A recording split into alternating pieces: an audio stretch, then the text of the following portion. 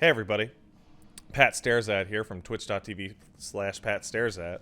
I want to thank Namco Bandai for giving me the excuse and opportunity to play Elden Ring a little bit early before the network test. And I've been able to record some footage for you guys.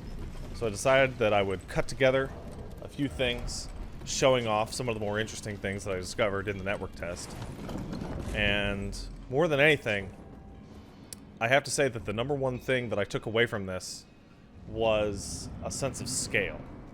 You're looking at footage of me fighting the Stone Digger Troll right now, which is in a little baby dungeon that you get off the beaten path that is basically a homage / little remake of Stonefang Tunnel 2-1 from Demon Souls, where everything takes shit for damage unless you're using a piercing weapon or some kind of magic. And this was about 5 to 10 rooms, and it was just some hole in the wall that I ended up finding. And the original time when I came into here was just a gate. There was no, in fact, yellow boss fog door like you saw at the beginning of the clip. It was just a regular gate that I opened and found myself in a boss fight. And that's one of the other things that I found more interesting about this compared to, rather, a Dark Souls. Now, is this a Dark Souls game? Yeah, it's a Dark Souls game. It's basically Dark Souls 4. Is it big Dark Souls? Yeah, it's big Dark Souls. It's on running what appears to be on the Dark Souls 3 engine, and it's bigger. But just how much bigger is something that I don't think I'm going to be able to get across in the scope of this footage. I was wandering around a lake and was able to discover this tiny little homage dungeon and spent about, I don't know, 45 minutes to an hour getting the way to the bottom and spending about 45 more minutes fighting the boss, which, as I was fighting, noted that pretty much every large type enemy has a lock-on point of articulation everywhere that you would want. So on this guy, you've got both legs in the chest, depending on where you actually want to aim or what would be good for your dodges. On a dragon that you're going to see later, has both back legs, their head, and the center of their torso. And that alone seems to really help a lot of the camera issues that have plagued this series for a long time. You occasionally, I think I had one moment where the camera broke when I was fighting something, but basically that was the dragon dashing past me at maximum speed. Aside from that, I've had moments where bosses jump straight up. I've had moments where bosses spun around me and no issues. Now, this is a clip where I was trying to find my way to that island you see in the distance and encountered, I think these are called land octopuses. And, well, they're just awful. They're just horrible.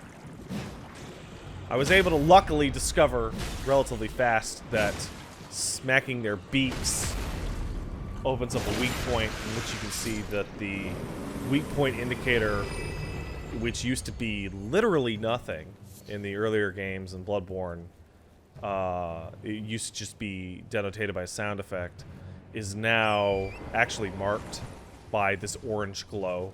And then when that pops in, you're always going to be able to walk forward, hit R1, and do a riposte, a front-facing riposte.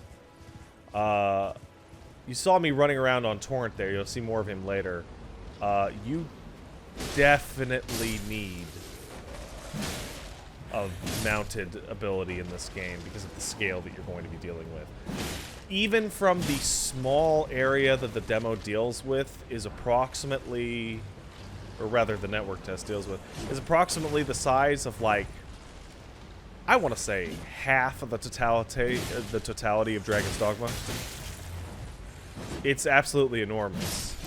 And everywhere I keep finding things where they're either directly lifted from older games or they're a new variation of something from the older games. So I discovered these skeletons which resurrect themselves, but rather than find a necromancer to pop and make sure that they don't keep getting up, you see that you actually have to destroy their corpses in order to actually keep them from getting back up.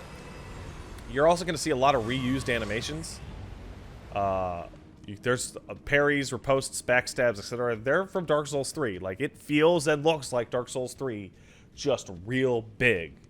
One of the things that I was actually kind of shocked with is that nearby I went into this cave and absolutely mandated to pull out your torch. This entire area was bordering on complete pitch.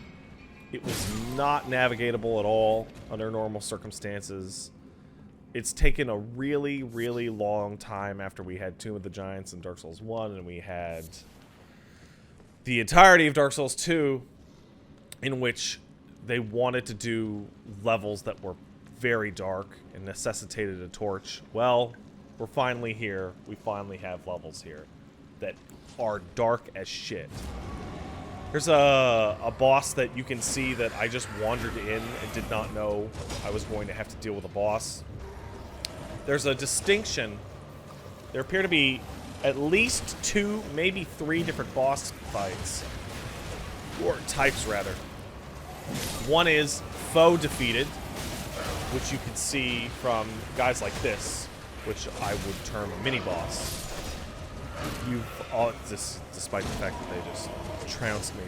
You've also got great foe defeated, which is associated with the larger bosses that have intro cutscenes or roaming world bosses. And then I'm going to assume that for the bosses that, for example, you saw in the trailer, there was Godric the Golden or Godric the Grafted, the demigods, in which I think promotional materials said there were 6. There's probably a larger thing with great foe defeated. So this is the direct path towards the second half of the network tests area, which leads to a pretty dire ambush that I was really not able to deal with. Torrent, your magic horse goat thing, is great for fighting large enemies or other people on horseback. Not super great for dealing with standing or large type enemies like this, especially with the short range weapon like the axe that I was using. I gave it a couple goes. I attempted to do my best here, and this functions as somewhat of a power check, which I think is going to be something the open world deals with a lot, because getting through this area was extremely difficult for me at the time, and once I was through, I was able to deal with everything on the other side, even though it was more difficult. These trolls you see there that have the open chests, they're kind of around. I think there's a total of 5 in the network test. One of which is the Stone Digger version that you saw earlier, which, if you are not piercing it, just causes your weapons to bounce on every hit. Started a new character. This is the Enchanted Knight character. It's basically a spell spear. This is a mounted guy that you find right at the beginning of the demo. Sorry, the network test. Who, if you're close enough, will reflect your magic back at you. And despite being one of the first enemies you're going to encounter, I would not recommend you even attempt to take care of him until maybe the end of the demo. He's probably the hardest thing I fought in the entire demo, as you can see here.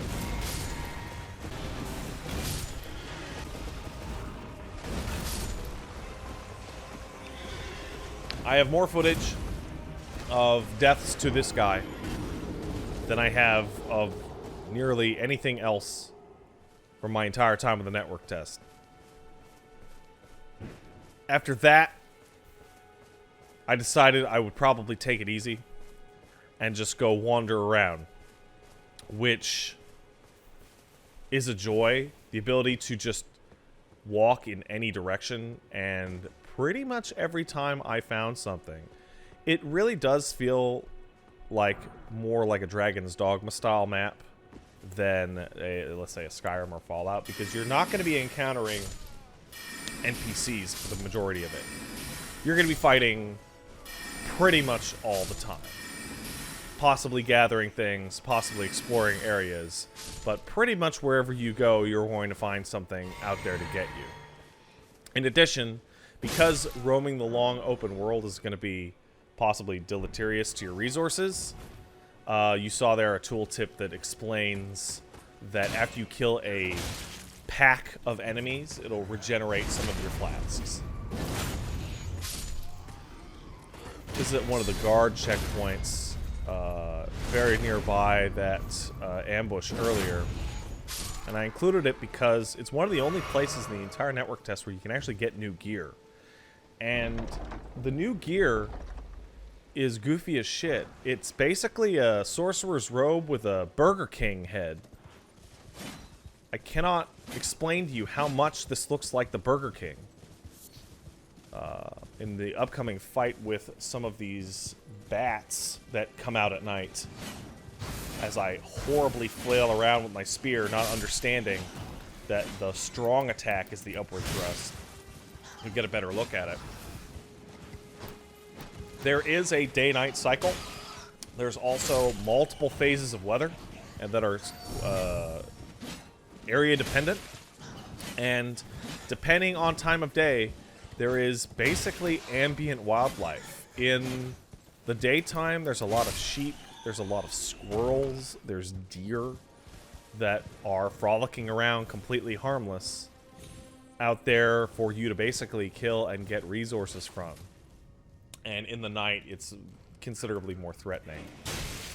This is another one of the areas, much like the Stone Digger Tunnel, which is just found by exploring and doing exterior collisions on various cliff faces and nooks and crannies. And it is a very classical style catacombs that is about, I don't know, depending on skill level, maybe half an hour to an hour long.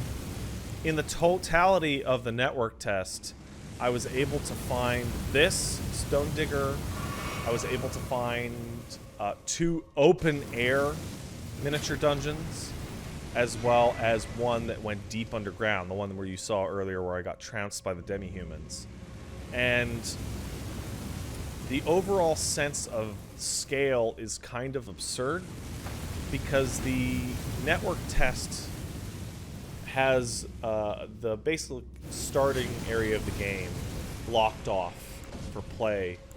And even within that starting map area, there are invisible walls that block your progress beyond certain points.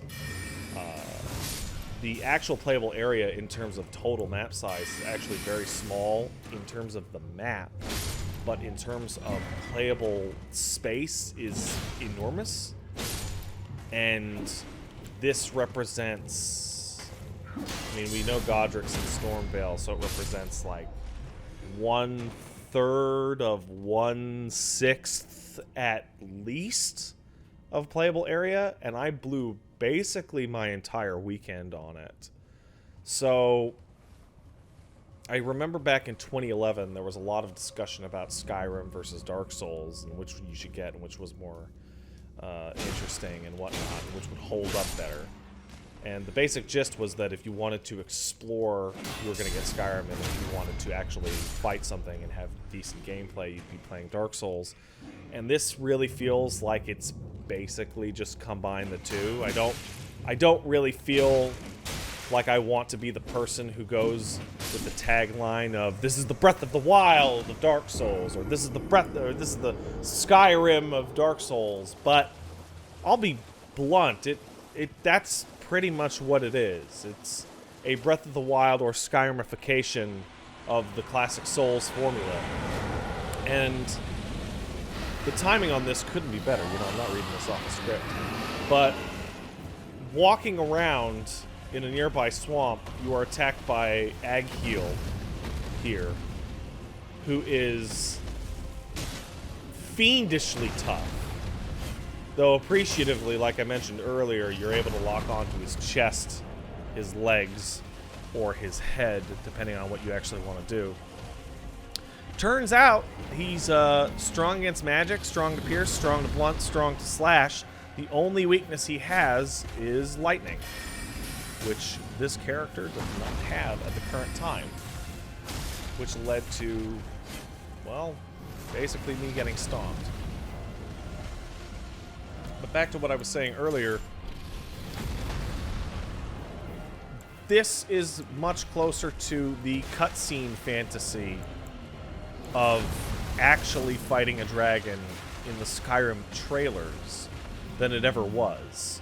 Agheel stays here once he's decided to come at you and becomes just a stationary boss in this zone. As you can see, he's pretty tough. So I took some time. I went exploring. I found this Twin Blade, which has a fantastic moveset. I earned a weapon art for my shield, which causes a heal and a defensive aura. Probably the most interesting thing about weapons is that when you finish any particular dungeon or maybe kill a boss, about half the time you'll get a weapon art or shield art or what have you, and they're freely swappable against any weapon of type. So you'll find something that says you can equip this on all large weapons, and it'll be a lightning weapon art. And then when you select that, you can choose to have normal or strength or even lightning scaling. And if you feel like changing it at any particular time to match an enemy or your own stats, you can just do that. You can see here, I was able to go and find a scimitar that actually has a lightning enchantment already built on it, which would make a huge difference in fighting Agheel. Also, you do more damage just on Torrent. I guess that makes sense because you're a mounted opponent. As you can see, that Torrent is vital fighting Agheel because you can hop on him and do the typical thing where you run around and avoid the dragon's tracking flame, as well as catch up with him when he flies away.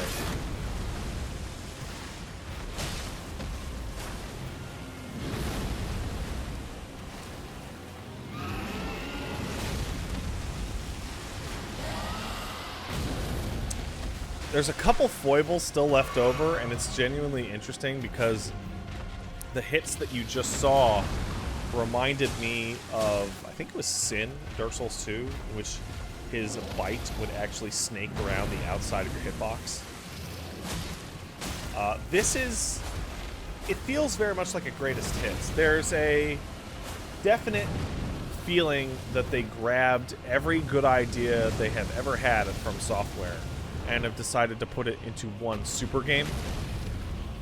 There's a section that feels like 2-1. There's a section later on that is basically a remake of 1-1 from Demon's Souls as well. I'm fighting a dragon right now that fights like Sin or some such that is weak to lightning, that you could possibly expect. But on top of that, there are also some new gameplay features that really make a much larger difference.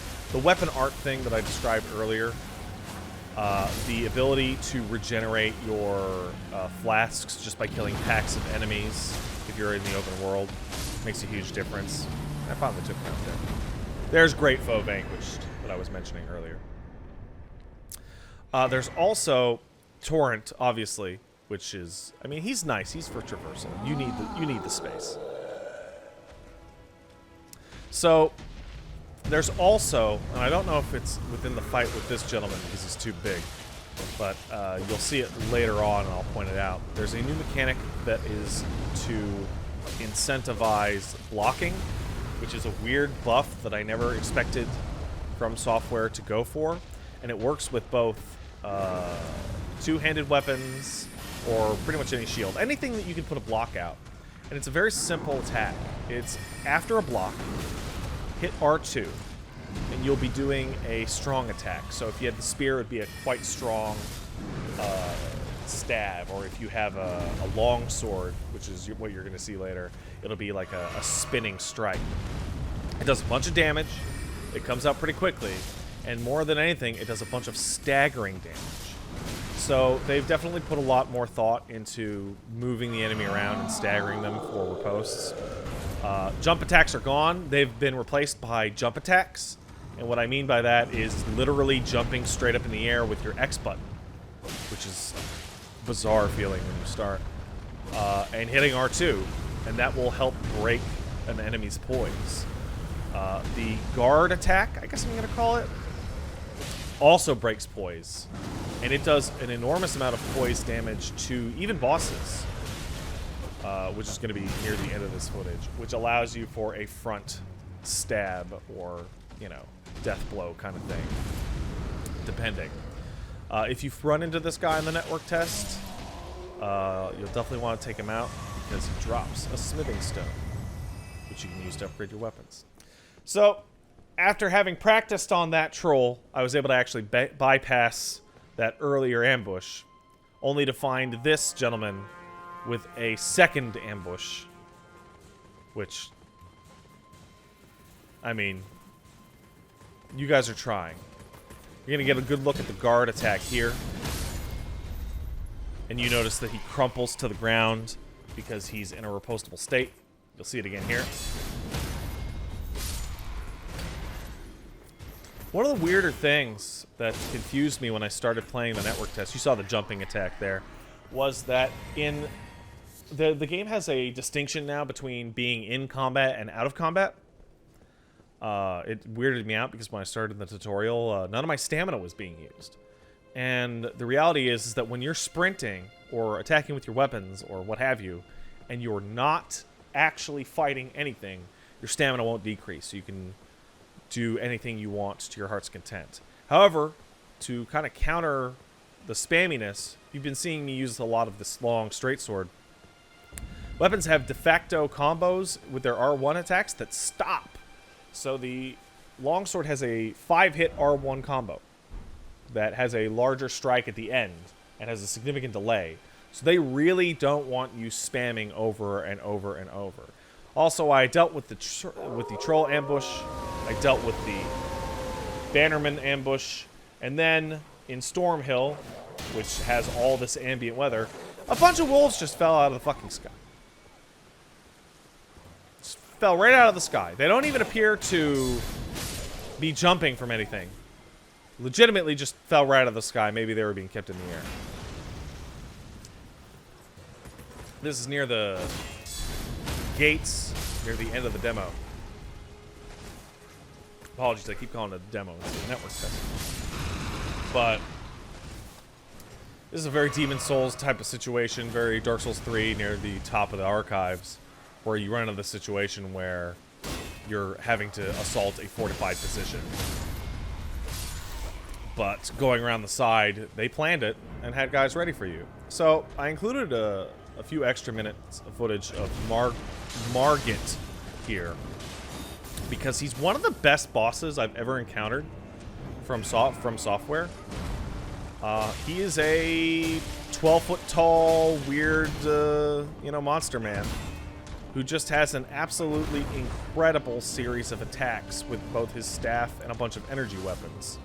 And took me the better part of an afternoon to actually deal with.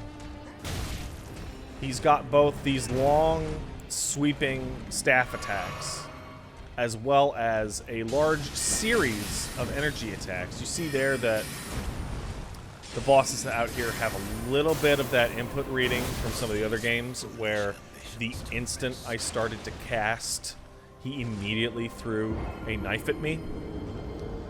He also does that on heal. So at this point, I decided for future attempts that spell casting against him was basically not going to be feasible, and started to get into the rhythm that you see here. The block attack or guard attack is extraordinarily powerful on bosses, but only if you use it at the end of their swing. So you see it there and how it worked well. If you're trying to do that within a boss's actual flurry, you're going to notice that they knock you out of it immediately.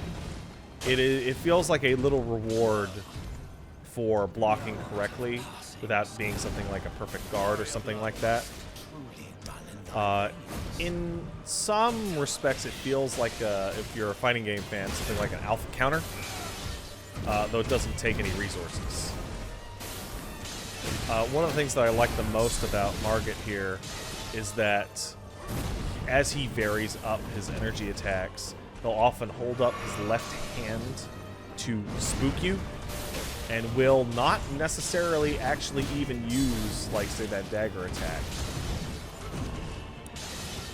Sometimes he'll wait, sometimes he won't.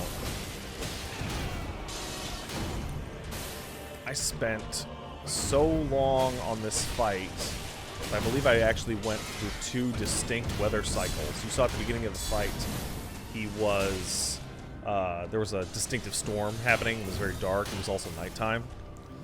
At this point, I decided to use one of the, it's not a player summon, it's an NPC summon. You get wolves, there's a sorcerer you can get a hold of, and then you get these out of that catacombs-like dungeon, where I forget what the exact name, oh, Wandering Noble Ashes, there it is on the screen. In which 5 generic kind of dreg-like enemies show up to distract or fight a boss. Now these guys worked extraordinarily well against most of the regular enemies that I found myself fighting throughout the game. I have to say, I was extremely impressed that Margit himself actually took them all out in what I'm sure you're going to look back on is maybe 10 seconds. And there you go. So you can see that he was staggered, which is a mechanic they kept from pretty much all the recent ones, Bloodborne, Dark Souls 3, Sekiro. But the main reason why I was able to stagger him in that way was because that I actually was hitting him with that block attack, or guard attack, rather. In addition, that also happens if you do strong attacks. So if you manage to wind up and charge a full R2 on a boss or even regular enemy, there's a high likelihood that they will actually get staggered and become repostable. Now with bosses, obviously this is going to take more than one. You probably have to beat on them for a while with it. But it really did feel appreciated that, like, the risk reward on big attacks was finally being, like, swung back in your favor of, like, there is a reason to go for the biggest possible hit you can instead of just plinking away. And even though I'm using just a generic longsword here with a magic enchantment, those guard attacks are pretty tough. With the larger weapons, they would pretty much KO any regular enemy in a single strike, though they would be a little slower. I was able, after maybe 2-3 hours, to get him down to the halfway point pretty consistently, but that's when he starts to vary up his stacks quite a bit. And if you run into this boss in the near future, either be it in the network test or the full release, whereas this hasn't been changed, my best advice is to dodge the hammer and hit him with that guard attack because he hates it. Spell casting was a bust. I can only imagine it'd be the same for miracles. Seemed somewhat weak to magic. Overall, this is one of the most fun experiences I've had fighting a Souls-type boss. And this is still essentially in what I would probably consider the game's opening prologue. Basically nowhere. I want to thank Namco Bandai again for letting me get a hold of this and show some of it to you early. I'll be keeping in touch, and hopefully I'll be able to talk to you guys more about this in the future.